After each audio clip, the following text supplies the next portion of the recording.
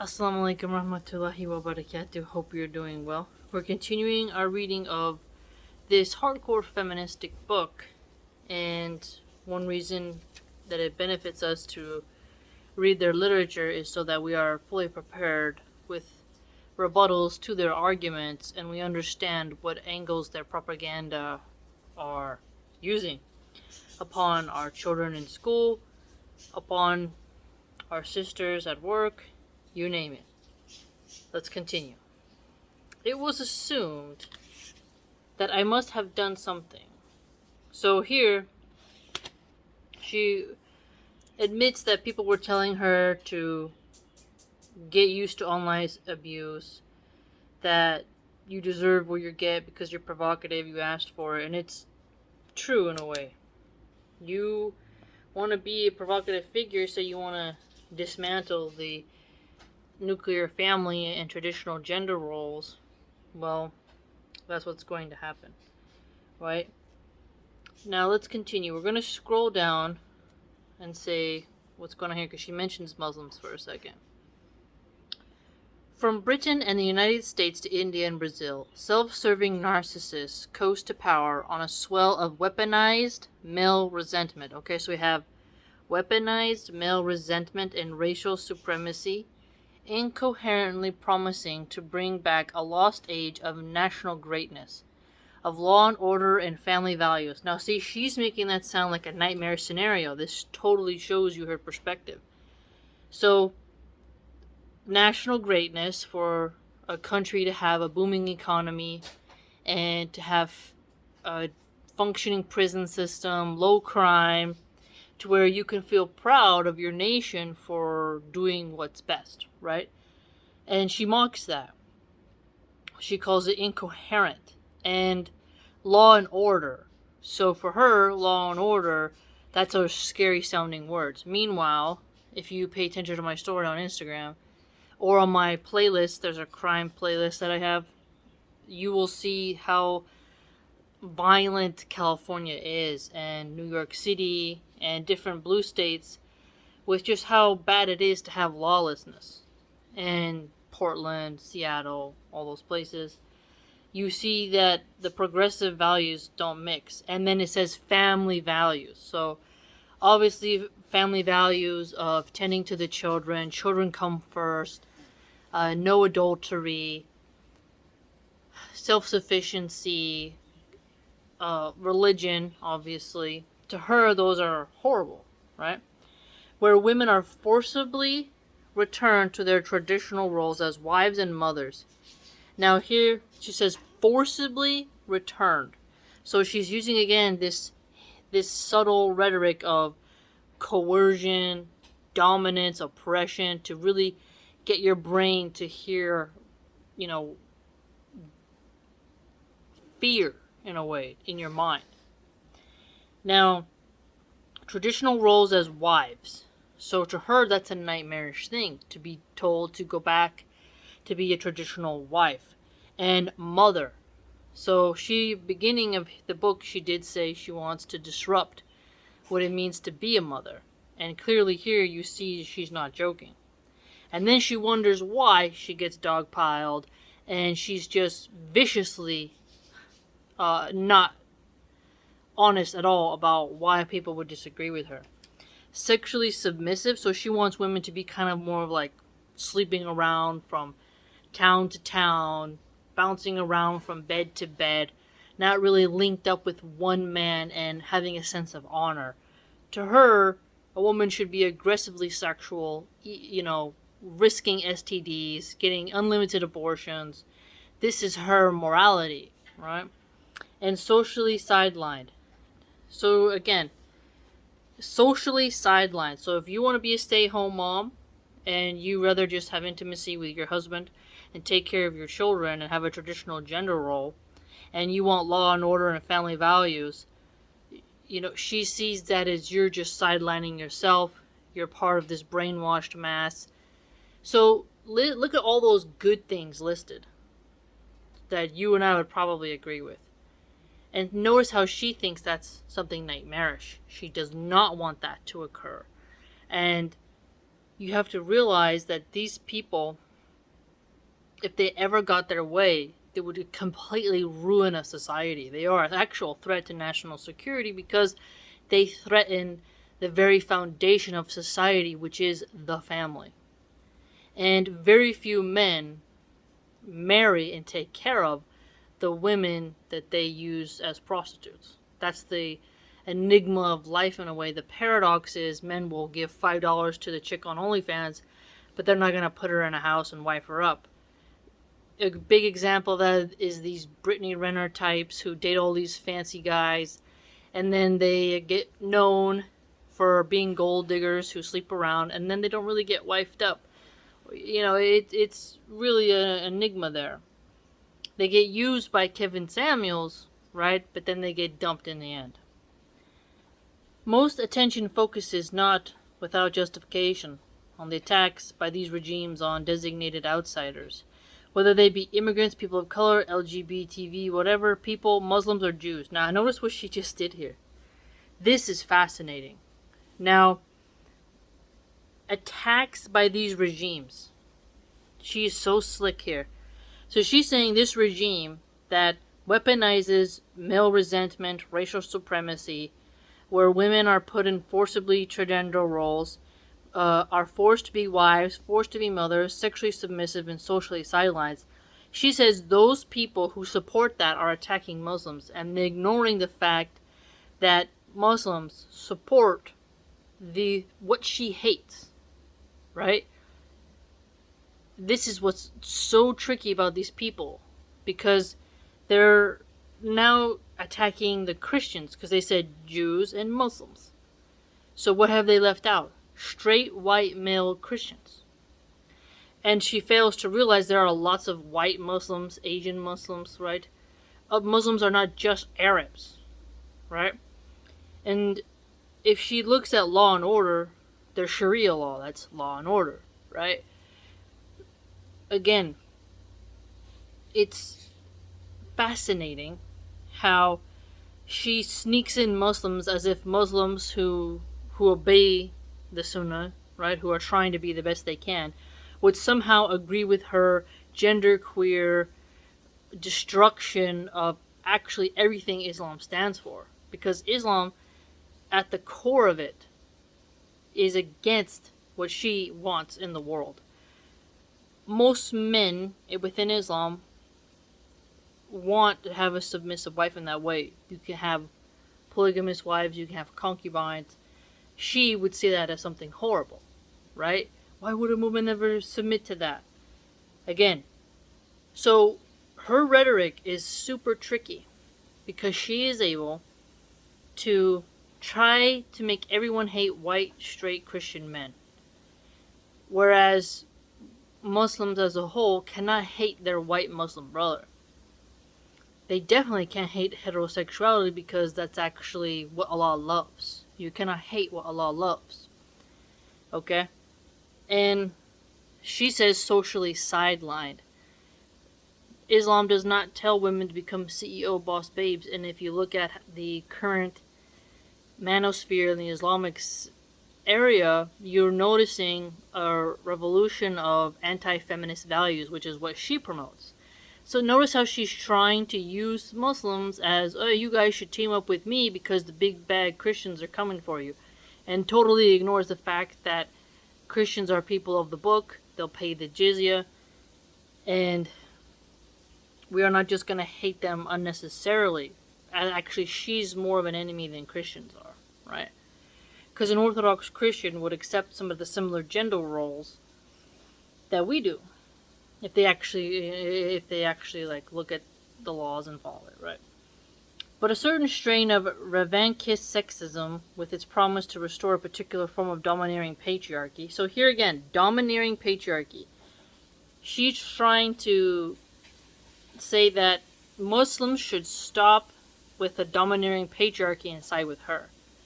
Meanwhile, all the prophets were men, and the Prophet, peace be upon him, said a nation can't succeed if they select a woman. These are things that make some women very uncomfortable, but if you look at it and you just, okay, that's just the way it is, and you digress yourself and divest yourself from the feminist philosophy, you're not going to get triggered as much, right? So the domineering patriarchy, she frames that in a bad way, but we are protected by the male system as women. Especially when so many men die in war, men looking after their womenfolk is a net gain. However, she doesn't see it that way. Domineering patriarchy is often the point of entry to these movements, the underlying philosophy that draws men and women alike to the new cause of nationalist oligarchy. Nationalist oligarchy. So she's anti-nationalist, so she must be a globalist. She doesn't want... So what is a nation? The Cherokee Nation, the different mini nations of ethnicities and race within the bigger nation. She wants to deny... Now, the indigenous people have their nation, but she wants to deny every pale person who gets sunburned the right to their nation. You're Irish, Scottish, she don't like you. She don't want you to love your ethnicity nor your country. It is overwhelmingly white men who vote for these neo-masculinist leaders. Again, do you see what she's doing here? Targeting, she is a racist. White men who vote for these neo-masculinist leaders. So when she frames it as neo-masculinist, she's like saying that straight white men want to have masculine leaders, and she sees that as something evil, something wrong with that, something that has to be destroyed. And again, we don't agree with that as Muslims, because clearly within the Muslim sphere online, we want to have masculine Muslim males, and most women do want to marry. I've never heard a niqabi, hijabi Muslim sister say she wants to marry a bisexual feminine male. Usually they're like, I really want a bearded brother who's upon the deen, upon the haqq, and he works out, he looks really good. That's what I want. I want a masculine man who's going to take care of me. That's usually what I've heard. I've never ever actually encountered someone who said, a straight woman who says she wants to marry a gay effeminate man. Or she wants a man who has soy man boobs. You just don't hear it. So she's targeting men and then forgetting the women who like these men and want them in power. Right? That's the other side of the equation she has not investigated. And part of the promise these leaders make is a return to traditional values. Yeah, and which is why they deserve our support. To a fictional past where men were real men and women were grateful. So see, she thinks that there was never in the history of humanity masculine leaders who had traditional values, where women were grateful and men were real men. This is just not true. There definitely was a time when that existed.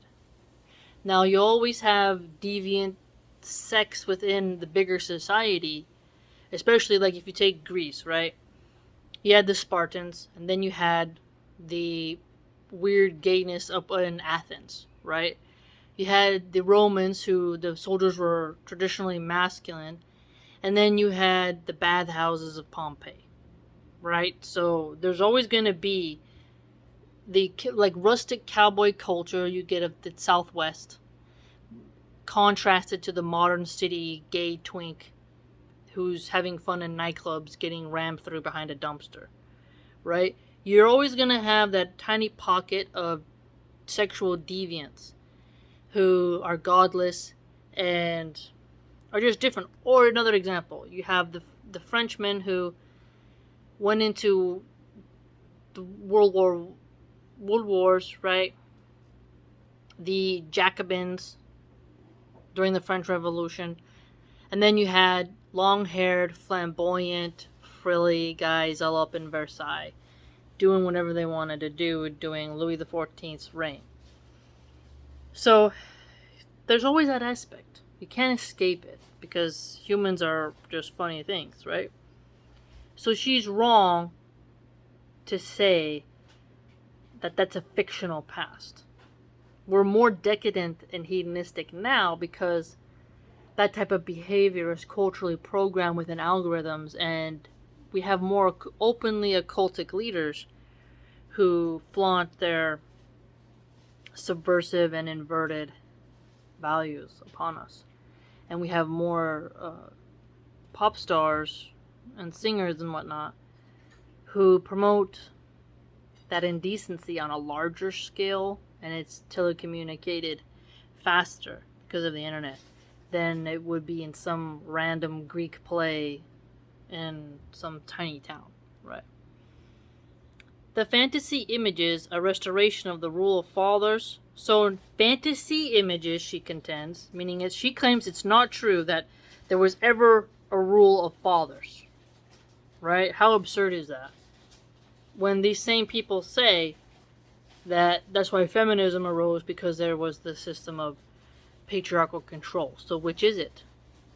You see?